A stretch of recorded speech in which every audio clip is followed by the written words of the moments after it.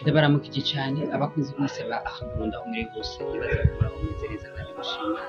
Ego tubanza kubaza ko mukomeye kugira ngo tumenye ko mukomeye. Iyo mukomeye natwe tuba dukomeye, iyo mumeze neza natwe tuba tumeze neza. Ni hamwe nyine tuba twicaye tuvuga ati hariho bishasha bigiye bitandukanye byo muri sinema y'u Burundi cyangwa se ku batisi baba bagiye batandukanye tubagezeho ibintu bigiye bitandukanye, ariko si ibyo bituzanye. Tuzanywe n'amakuru aba agiye atandukanye, kuvuga ko amakuru mashasha nuvuga kuri Burundi imaze iminsi iriko iragerageza ibintu vya live kugira ngo iganirize abakunzi baba bagiye batandukanye mwa kino kintu cya sinema mu Burundi. Tuganire ibibazo biba bigiye bitandukanye, ariko rero ntabwo twashoboye kugirwa amahirwe yo gukora live nkuko vyafitezwa kugenda bivanye n'amakonnection abagiye atworohereza. Rero ikintu cya mbere tugomba tuvugane ko tubanze tuvugane ku kintu cya sinema, tugice ku ntangamarara.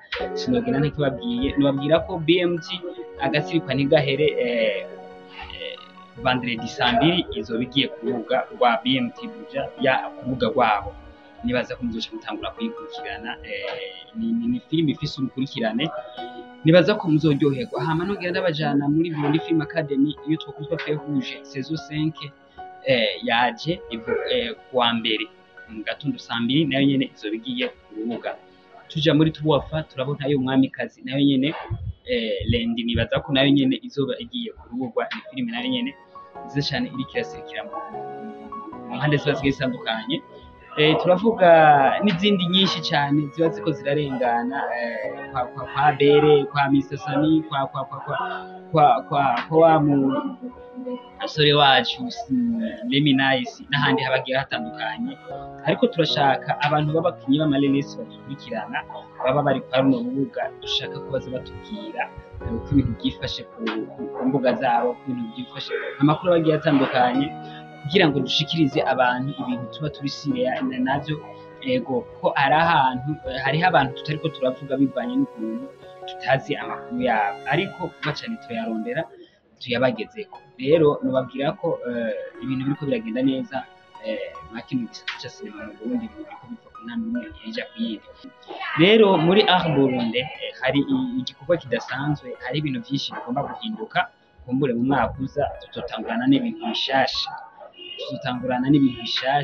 Ego nimwabona ikintu gihindutse ntimuzokwibaze ngo hari ibintu bizoba biriko birapfa.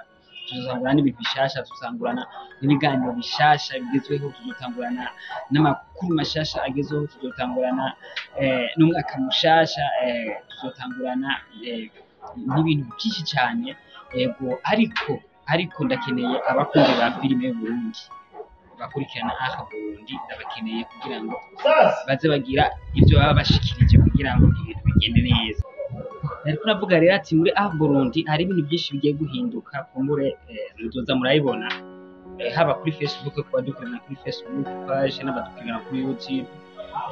Tugomba kongeramo ibindi bintu bigiye bitandukanye. Muzoza murabona n'abantu baba bagiye batandukanye.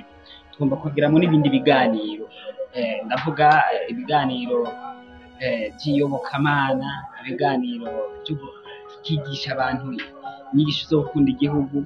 Hazobaho n'ibiganiro by'ingo n'imiryango, ibiganiro by'inkino, ibiganiro bya sport, n'ibindi bintu biba bigiye bitandukanye. Rero nibaza ko n'urugendo, ariko biratangura no mu kwa mbere. Bimwe bihazogera mu kwa mbere mwatanguye kubibona biriko biratunganya, biriko bigenda neza. Niyo mpamvu rero tubabwira ati muze mudukurikirana cyane kugira ngo ntihazogere amakuru azoza arabacika. Je muri filime nzoza ndabafasha, ndababitohoreza amakuru abagiye atandukanye. Hazoshabaho umuntu abatohoreza n'ayandi makuru y'ibijanye n'inkino, nshabaho n'umuntu abatohoreza amakuru y'ibijanye n'icyo twokwitwa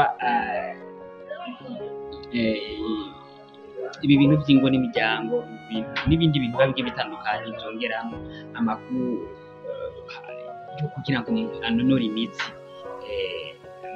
Amakuru twige iby'intungamagara, iby'intungamagara, tumenye ukuntu umuntu ashobora kubungabunga umubiri wiwe, tumenye ukuntu ashobora kwitwara ibintu biba bigiye bitandukanye, twige n'imiti kama bibaye ngombwa ukuntu umuntu ashobora kwivura wenyine akoresheje ibimera, akoresheje ivyatsi biba bigiye bitandukanye, aterateranije utuntu. Rero nibaza ko byinshi turabivugana ko inyinshi izoza yegera imbere.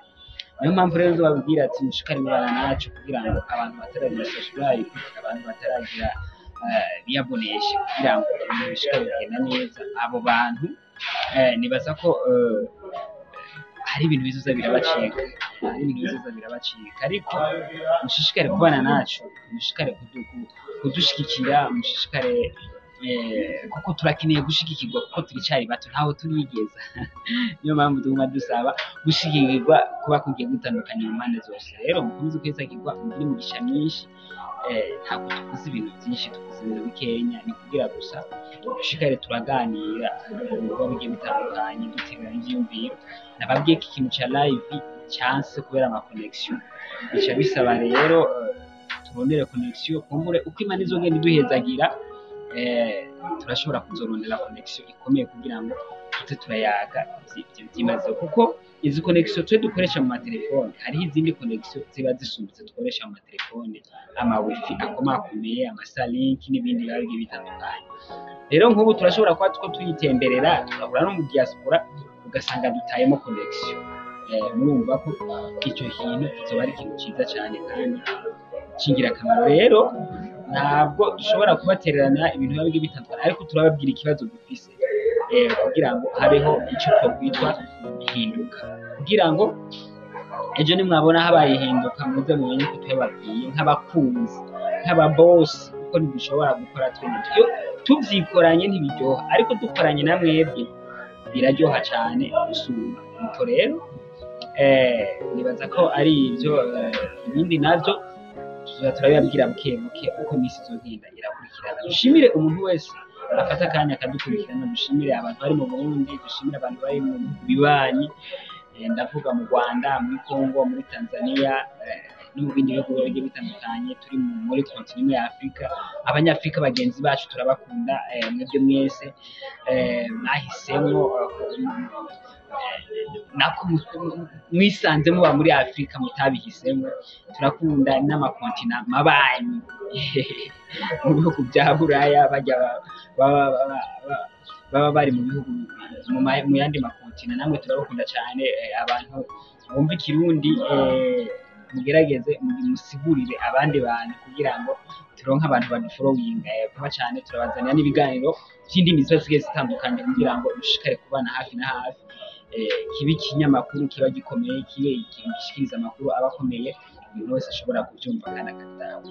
Rero nico hanini, nukuri ndashimira abantu bose bakurikirana aho turabahizi, turabakunda cyane, kandi nibaza ko nibyagenda neza tuzokwicara ahantu hamwe tuganire n'abakunzi, tunasangire, tugire akantu nk'uko mperuka kubivuga mu kiganiro giheze. Ariko hanini ni kugira ngo tubane hafi na mwebwe, kugira ngo ibintu bishishikare bigende neza. Nuko rero ukunze kugira umunsi mwiza aho muri hose, ibikorwa muri ko murakora bishishikare kugenda neza. Nico gituma tuvuga ati muteye intambwe biba byiza cyane gusumba, kuko iyo ufise abagenzi bateye intambwe nawe uteye intambwe. Murazi ko muri inshuti zanje, iyo rero muteye intambwe nanjye nzoba nteye intambwe. Ico ndabifuriza ni imigisha myinshi isaba Imana kuberekereza kuri zahabu y'agaciro, kugira ngo muronke ibintu byinshi cyane.